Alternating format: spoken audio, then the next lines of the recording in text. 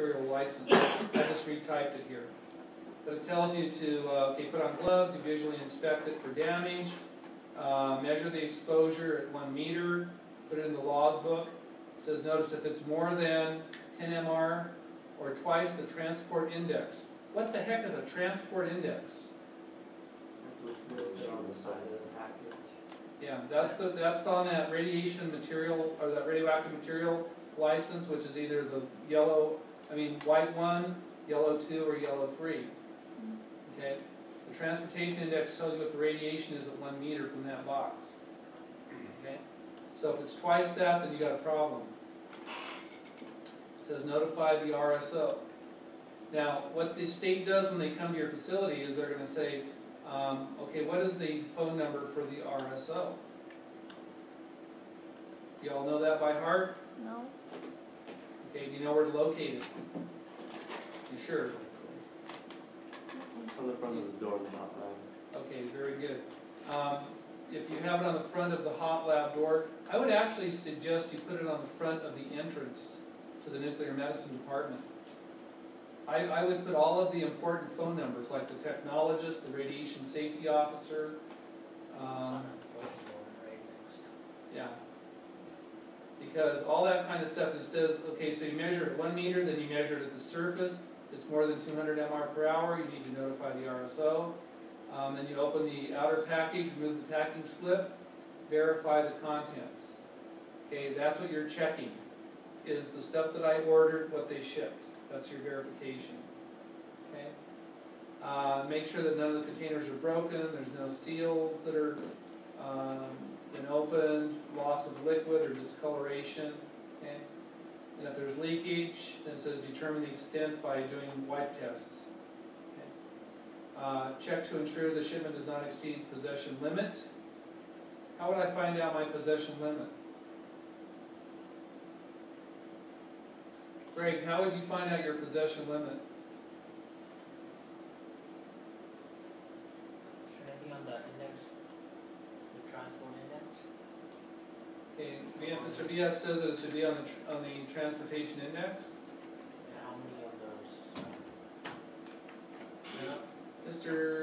Mr. Singh, how do you know your possession limit?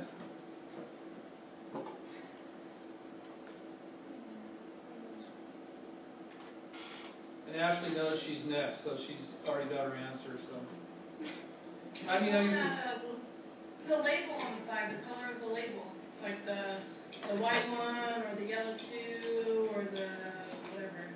Well, actually, it goes back now to. You can survey it.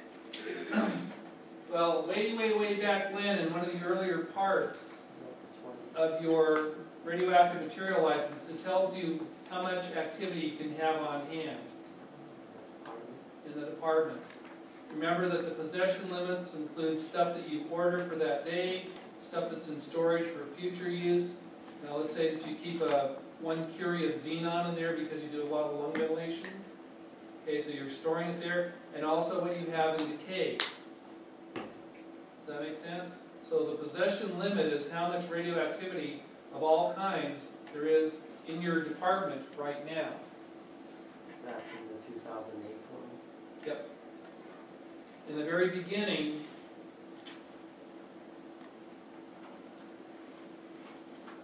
okay, one of the things that they told, that Kim told me that they were looking for was this.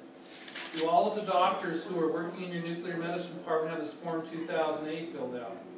Okay, so that's something you should know. But over here, okay, remember I told you that we have 12 categories of radioactive materials and your possession limit. Your radioactive material license will tell you, okay, how much of group 1 you can have, group 2, group 3, all the way down to group 12. And so long as you don't exceed that, you're good. If you exceed it, you would not believe the fines that they charge you for this. I mean, they're astronomical. Okay? So, I mean, and again, because people don't get caught, because the state hasn't been going out there very much, now they're going out in force. In that email you saw that they had 1 inspector and 2 trainees. Yeah. Well, they can get it too. anything that you have that's unlabeled or expired or anything like that, man, you're gonna get nailed for it. Or expired? Yep, expired. Unlabeled, expired. So it's a good idea to go through your stuff and make sure. And like I told you before, that patient that had a cardiac arrest, can you imagine all those expired drugs in the crash cart? Okay. Were there any? Oh yeah, there's tons of them. That's when my daughter was yelling at him. She said, "Man, you guys got a problem here, and you better take care of it." Okay. So anyway, so going on down here, so then we also have the wipe testing too. It says, notice in all wipe samples, remove the wipe samples to a low background area and check with a thin window GM survey meter. Now they want you to use the well counter. So pretty much this little thing has changed now, and everyone has bought well counters. Okay? I'm going to bring one in and kind of show you what they look like, and you've already seen them, but probably not to the extent that I want to show them to you. Okay, then the other thing here are your records of possession, and describe your procedure for keeping records of prescription doses and tests required for the quality control for their use in humans. Records required include supplier date, chemical form, trade name, activity lot number, blah, blah, blah, blah. Most people just peel the label off of the unit dose and put it in their little book. Is that what you guys do?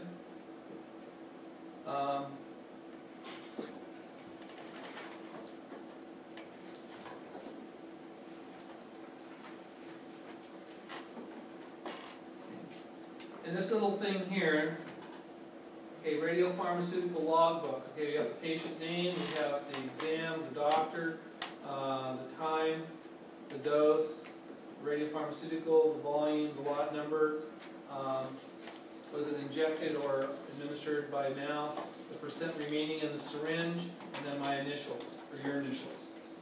Okay? We typically put the labels here, you know, the kit preparation labels. There's actually more room than that. But for each label, there should be a corresponding patient up here. So like if I have a unit dose for a bone scan, you know, 20 millicuries calculated for 10 a.m.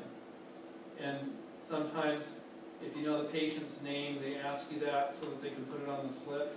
Most people don't do that anymore. Isn't it all computerized now? You wish. Really? Yeah. Well, the thing is, okay, if you have, you know, patient John Radke here at 10 a.m. and the only unit dose you have is an MDP bone scan calibrated for 12 noon, you better make sure that that injection time is pretty close to the calibration time of your activity. In other words, if it says there's 20 millicuries at 12 noon and Mr. Radke arrived at 10 a.m. and up here it says Mr. Radke got the injection at 10 a.m., okay, unless you show that you removed some of that volume, that's why they're asking about the volume over here. Yeah, is this a pain in the rear end? Yes. Most people just sort of, you know, skip over this and just write in anything? Yes. But the thing is, if you get caught falsifying documentation like this, you could lose your license. I'm just telling you this. Don't shoot the messenger. And like I said, they're on the warpath. Okay, how long do you need to keep these records? Forever. 3 years. 3 years. Yeah, 3 years. Okay, so most of that's going to be on your labels, and then notice it says pre and post assays. Most of you guys don't do that, right? You guys do that? Do you measure the syringe after you've injected the patient? No, but I've done it. Yeah, I just to did. see. Okay. There's not very many people who do that. Okay, and then the unit doses. This is very important here, guys, the unit doses. You should have a prescription. Most of you should have a standing order in your procedure manual. You know what a standing order is? Rather than a doctor having to write each prescription every time a patient comes in for a bone scan, the doctor will say, okay, every bone scan patient that comes in, they will get 20 millicuries for a standard bone scan, 25 millicuries if we're doing a SPECT on them. Patient will be injected intravenously. They'll be given, they'll be given 2 8-ounce glasses of water and instructed to return 2 hours later. So you have the protocol laid out for you in that. Okay. And then afterwards, how did you dispose of the dose? Put them in the Huh? hot lab syringe, sharp container. Sharp container that's located behind all the lead blocks in there. Okay. How long do you leave it there before you dispose of the sharp container? It's 3/4 full. Huh? Well, it's 3/4 full. I don't know how many days, I think. Well, Until depends what decay, you're you have to- disposing. When we start, Oh, yeah. It depends. Now, some departments have one for short-lived radionuclides, Yeah. and then one for medium or long-lived ones. Okay, so like you said, it's important to know which one is in which. And so you also have to monitor it when you get ready to dispose of it. So typically your short-lived one, the 10 half-life. And those are for all radionuclides that are under how many days? The 10 half-life rule. 3 days. Oh. Okay, it's 120 days. This is in the first chapter of anesthesia and radiation protection. What's 120 days? That's any radiopharmaceutical that has a half-life of 120 days or less. You can let it sit for 10 half-lives and then just toss it out with background. There's the only one that would even come close to that is, well, we don't have any ones that would come close to it. Most of the stuff, the problems we normally run into are gallium and indium and iodine. We typically put those in a longer-lived sort, in a sharps container, and then we put the sharps container in another storage area and let it decay. Whenever I had contaminated articles with I-131, I would just,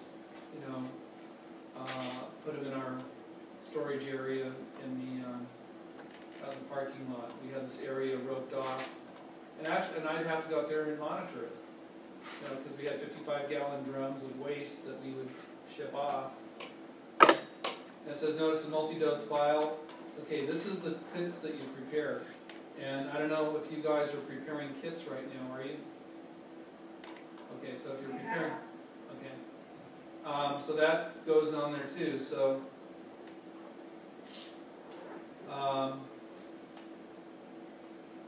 And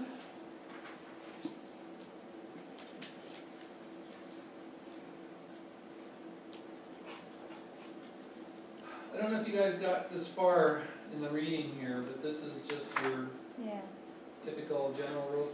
And this is not something that I made up. This is Appendix 1 of the Title 17 Radioactive Materials License Application. So this should be posted somewhere in your department or in the procedure manual. But normally they publish this or post it. Yes, sir, Mr. you get, if you don't follow any of these rules, do you get, do they charge you or not charge you, but do they totally back out on the work? Okay, well, for example, okay, if you are required to wear a lab coat that covers you down to below your waist. Okay? Not everybody wears them. Well, you're supposed to, because it says this is where lab coats and protective clothing at all times where radioactive materials are used. Wear disposable gloves at all times when handling radioactive materials. Yeah. Monitor hands, clothing, and shoes for contamination after each procedure or before leaving the area. I don't see anybody doing this. Yeah, before you go home, but the thing is that, like, if you go to lunch, if you go to the bathroom, if you go home for work, you're supposed to monitor your hands, your clothing, and your shoes before you leave. Okay, the syringe shield should be used. Don't listen to those old-timers like me that say, oh yeah, you don't need your fingers anymore to inject, you can use the stubs. because the thing is, most of them are gonna probably lose their hands or fingers in a few more months. Okay, then it says also, don't eat, drink, smoke, or apply cosmetics, in there. And, let me warn you, one of the things that these inspectors like to do is go through your trash can. Because what are they looking for? Food, Candy wrappers, gum wrappers, drinks. coffee. Yeah, and the thing too is when you have a refrigerator, some of you have refrigerators in your hot labs. They're supposed to be for storing kits like MAA. Most of the stuff that we have is required to be stored in a refrigerator. And that means when you have a refrigerator, you have to monitor the temperature. And that has to be checked every day, so there should be a thermometer in there. But what they will do is they will open up the door, and if there's any food in there, you're dead. Can you say that's the patient's gastric empty? Yeah, say, well, yeah, it better be oatmeal, or it better be scrambled eggs, and Good.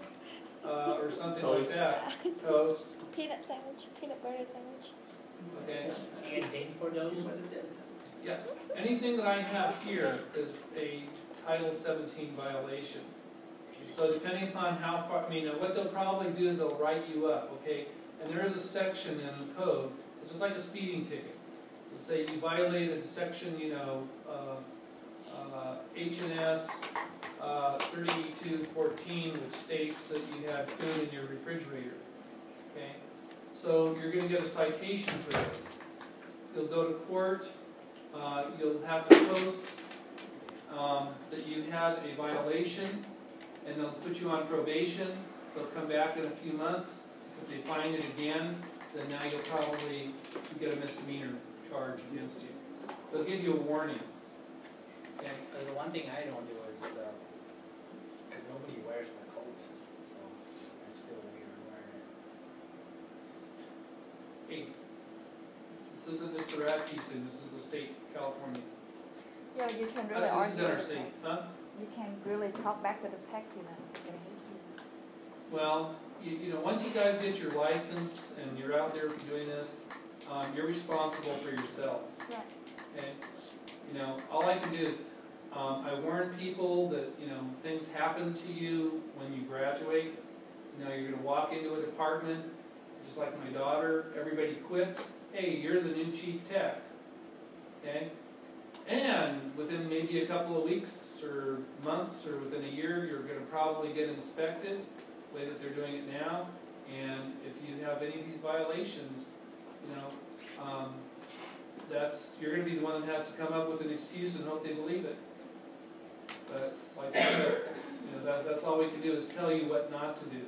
Once you get your license, then whatever you do, that you're on your own with that. I can tell you, when I was on the NMTCB board, we had a lot of people that lost their licenses for doing stupid things. And they were basically trying to get reinstated to get their license back. So, depending upon what it was, some of them didn't get their licenses back. If you guys look in the NMTCB and ARRT, every year they publish a list of people who've lost their licenses. You see that? Yes. Yeah, Cynthia saw that. SEART. They say revoke. Yeah, revoked or on probation or whatever. Okay, now a lot of it is continuing education. So whatever you do, I would suggest you become members of the Society of Nuclear Medicine, and I would attend every meeting that you can. Because otherwise, if you lose your license now, you have to go back and take the test over again. There is no probation period for that. Even for CEU? Mr. Aki, Yeah. have you heard of that rule supposedly that the ART is going to enforce that we have to retest every 10 years? Yep. Is that for us too? Is that really true? That's You true. missed it. Like grandfather in? Oh, is it just for It's for radiology, it's also for nuclear medicine. Yep. And also, if you guys do the specialty exams like PET or cardiac, you have to retake those exams too, every 10 years. It's not as bad as you think, guys. I But thought it's competency mean that we have enough number of I got exam lucky and for then X-ray. we. that's just part of it. X-ray, yeah. Yeah, but no, with X-ray, yeah, my X-ray students are really unhappy about it, but I just When got did lucky. that start? I passed Huh? and then they. When does that it start? started this year, actually. No, it's No, that's January last first, year. 11, yeah. 2011. Dude, Yeah. so lucky. That's when I tried. So, So yeah, so that's the bad news. But I mean, actually, you know, but if you've talked to some of the people that you've worked with, if you ask them why they're doing something, you know, some of them don't know. Either they were never taught or they forgot. And that's like all this stuff here. You know, a lot of people are injecting without using syringe shields. Right. You know, and then, I mean, that's a choice that they make, but the problem is they're getting a horrendous dose of radiation. You know, why would you do that when you can start an angiocath or an IV or butterfly or something and inject through that? Yeah. Are we able to buy insurance sales like through you or something, like to get a cheaper price? You have to buy it through me, but yeah, you can just go online. There's companies like, I asked Adam. last week, nobody want to buy it. It's No, I expensive, dude. It's like It's only $400. something that you think about your hand, your future. Your hand worth more than 100 well, something. here's the thing, okay, and this is something, OSHA requires that you guys are provided protective equipment. But then they say that if you use a syringe shield and then you do the direct stick, that's very hard because the thickness Well, of the you don't do syringe- direct sticks. You inject through a butterfly or you inject through an angiocath. But you know, there's places still doing the direct stick. So Well, okay, you guys shouldn't be doing direct sticks because you're more likely, I mean, I used to do direct sticks too.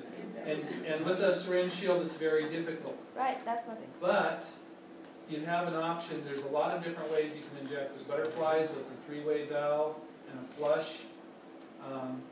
The thing is, if you're going to be doing this for a career, that's a lot of injections. I've been doing nuclear medicine since 1975, so I've injected a lot of people. But the problem is they don't allow you the time to start an IV on everyone, and then if you use the direct stick with the syringe shield, that doesn't even stay on. It's just like it's loose on there, and it. No, you gotta get a good syringe shield. Then But what if they don't provide that? Like, what are we supposed to do? Just go out by our own? well, you can That's say what we have two ways of handling this. Fast You can either do this, or I will contact Cal OSHA. You can't say that to the tech where you. Do No, you don't even involve the tech. You talk to the supervisor who's in charge of the tech. I mean, that's what I would do. I would say, you know, you're not going around and you're just trying to say, I mean, of course I'm going to probably get all you guys in trouble, but no. But what I'm saying is that you guys should be afforded the protection of having a syringe shield. But- And you can be very tactful about it and talk to the supervisor of the department and say, you know, other places that I've worked at have syringe shields, and I noticed that you guys don't. Is there a reason for, you know, you can be just diplomatic about it. Because one thing's going to happen, either they're going to kick you out, Yeah. or they're going to say, well, you know, their competition has syringe shields, so. That's why, you know, keep it in peace. Put $100-something out and buy it. And Okay, but anyway, so anyway, these are just the rest of the things that you should be aware of. You know, the expiration times. Later on, we're going to be talking about. Open up this iris here.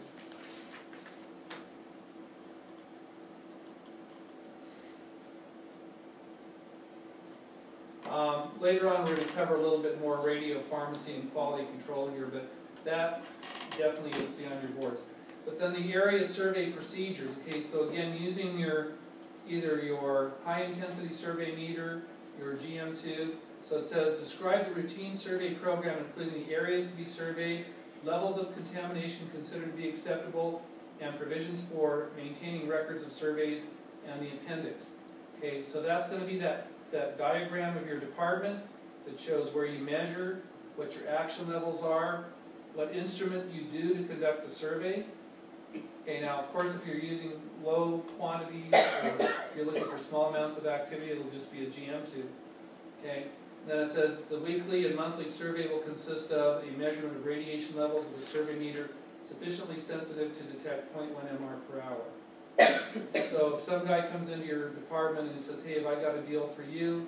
I've got this JRAD key GM meter you know, but it only detects 1 MR per hour. It's not useful for you. You need to get the 0.1 MR per hour. Okay. Now, going on over here, the wipe tests, again, so a series of wipe tests to measure contaminations, and so typically areas where you prepare, dispense, or inject radiopharmaceuticals should be wiped every day. Other areas, once a week. So imaging areas and things like that. And it says the wipe test will be sufficiently sensitive to detect 2,000 dpm per 100 centimeters squared. Notice that iodine is a lot more dangerous, so it's like about 20 counts per minute per centimeter squared. But normally it should be about 2,000 to 2,200 dpm. So it's 22 dpm per centimeter squared. And then it says a permanent record will be kept of all survey results, including negative results. The records will include the location. So basically, as I said, everything that I had on that list is what you need to include on your diagram. Okay? When you do detect contamination, you need to describe in the comments section on how you cleaned it up. Okay? And this is a big one here, guys, and all of this stuff has to be posted somewhere. But emergency procedures, okay, what do you do? Okay, now I would say describe the emergency instructions to be posted in all laboratory areas where radioactive materials are used. I would say put this on your door outside of the lab, because like I said, you don't want to be in there reading, you know, open the package, take out gloves, put gloves on. Yeah, by the time you get through reading all that, you've got a lethal dose of radiation. Okay, so make sure you put your emergency stuff like that in areas where you're not going to be exposed. Okay, the same thing with your phone numbers. You don't want to be sitting there looking up somebody's phone number while you're getting blasted with radiation. So put them on, you know, get a cork board and put them on the outside of the hot lab door or over where the computers are, somewhere where you're not going to be exposed.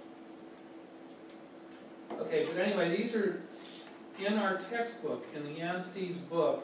It tells you what constitutes a major and a minor spill. And on your board exams, they ask you how to handle this. So, chapter 1 of Jan Steves, it has this all listed. Okay? So it says, it starts out, you notify people in the area that a spill has occurred, prevent the spread of the spill by covering it with absorbent paper. Okay, most of the time you're going to cover it with a chalk, with the absorbent side down. Okay? And of course, it's always handy to know where all this stuff is located. Okay? The cleanup, use disposable gloves and remote handling tongs. So those big long forceps, make sure you use those to clean up. It says carefully fold the absorbent paper and pad, put it in a radioactive waste area. Okay, that will probably might even be in your sharps container. You know, people just get rid of it whichever way they can.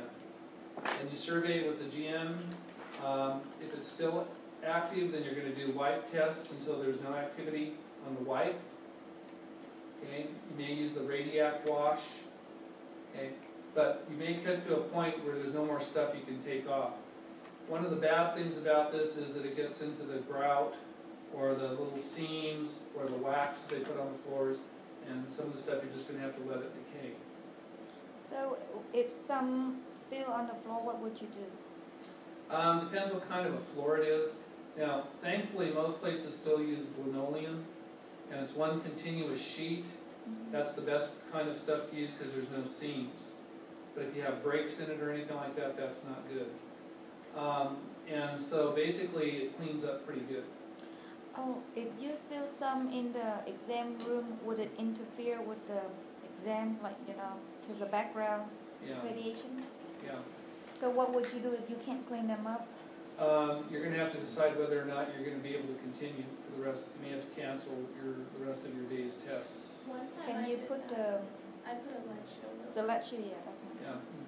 But I thought the lead shield is not thick or strong enough to. Well, you can cover it up pretty good. You can go over to the X-ray department and get some of their lead aprons too and put that over it. But make sure you have it covered with the chuck first. So put the chuck down and then put the lead on top of it.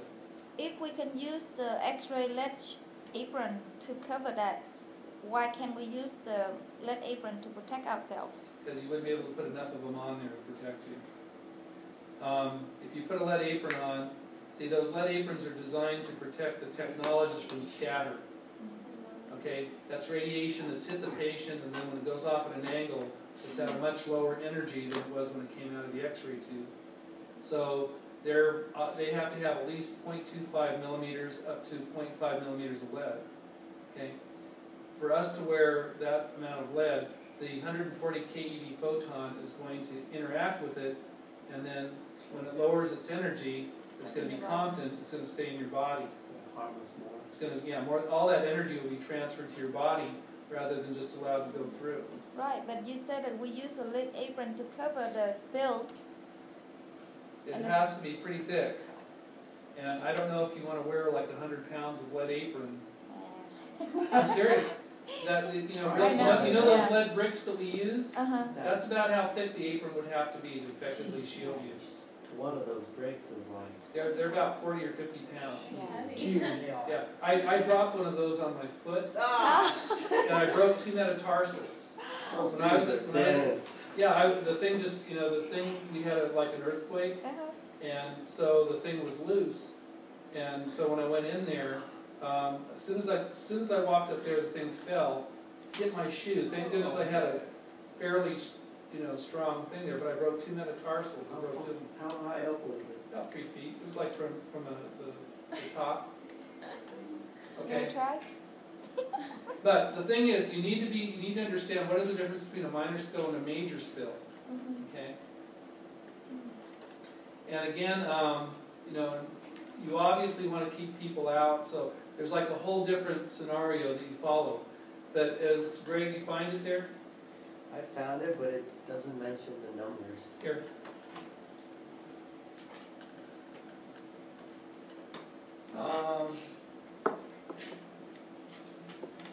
They have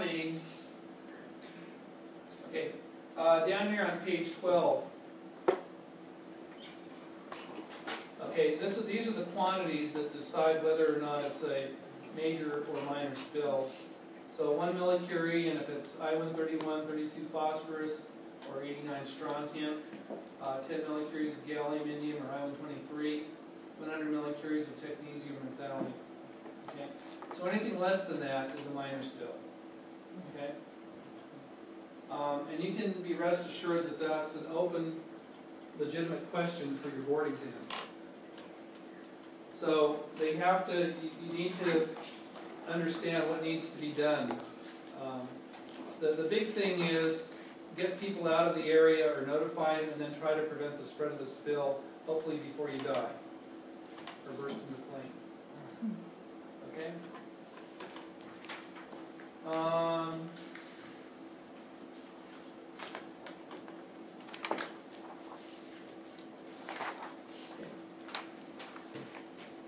This other stuff and then this other things here, the waste disposal method. Again, one of the things that talks to you about are what are the ways that you can get rid of radioactive waste.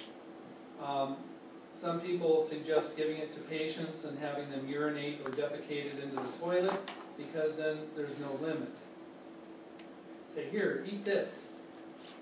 But obviously that's not probably the best way to do it. So the thing is, you can either let it decay to background and then throw it out with regular trash. You can send it back to the radio pharmacy. You can bury it. You can incinerate it. So those are some of the different ways. Now, with AQMD regulations, you probably can't incinerate it anymore. They don't let you burn stuff unless you have a really, really good scrubbing method. Okay. I'm not going to, so the waste disposal thing here. Now, here's another thing that gets you in trouble. All radiation labels must be removed or defaced prior to disposal in normal trash. Some people forget to do that. So you create a real excitement around the hospital if you don't do that. Okay. This one here we're not going to worry about too much here. We'll talk about this later when we get into therapy. But what I did want to just sort of briefly discuss because again, this is another thing that you're going to be doing with your survey meter. Okay, if you use xenon gas. Now remember, we use this for ventilation studies. We use it for what they call regional cerebral blood flows. They basically take the xenon gas and they draw it up with saline. Okay? The xenon goes into the water, we inject it into a patient, the xenon goes up to the brain, we take a picture of it, and then it goes to the lungs and then it's excreted. So it's called regional cerebral blood flow. They do a lot of them at UCLA. So the thing is that with xenon, we typically have to have a xenon gas trap. And you're supposed to monitor it every week. Okay? First of all, you have to make sure you have negative pressure. Okay? So that's done by calculating the input from your air conditioning system and your return. So in other words, how much air gets sucked back, how much air comes in. Remember, what's the device that we use to measure that? Huh? No, it's called the velometer or velometer. Okay, and it measures the cubic feet per second. Okay, we also have to use it when we're testing our fume hoods. Okay, so all of these things, you know, every week you're supposed to monitor the exhaust. You turn your xenon trap on, you monitor the exhaust, make sure that the radiation levels are below 2 MR per hour. Okay. I think on the next section here, this is kind of the last part here.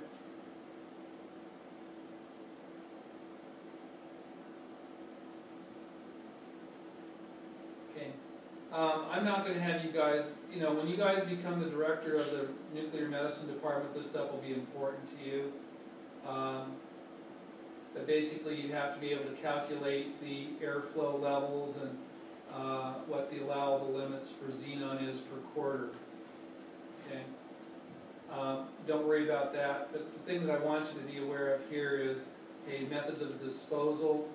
Okay, most people will, this is a common one here with the xenon trap, absorption of the charcoal traps, and then how leakage is handled.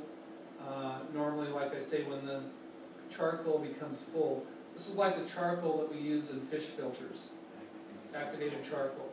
Yeah, it's kind of like burned toast, and you scrape it off, and so the activated charcoal is used, and then when this gets full, when all the little binding areas get full, then the xenon will just go right through and go out to the exhaust, and then that's when you got a problem. So that's why you have to monitor it on a weekly basis, and it has to be as low. It says 2 MR per hour if it's working properly. Once you exceed 2 MR per hour, then you have to replace the activated charcoal. Remember, there's also other sodium bicarbonate in there to get rid of carbon dioxide. Is that how the xenon gas works? Yeah, there's 3 canisters in there. One is the activated charcoal. One is the sodium bicarbonate for getting rid of CO2. Then there's another one for moisture. So, and they change colors when you need to replace them. I think some of them actually, I haven't done a xenon test in a while, but I understand that some of them have individual canisters that you use for each test. But anyway, yeah, it's expensive. Alrighty, go get some lunch, guys, and we'll see you in a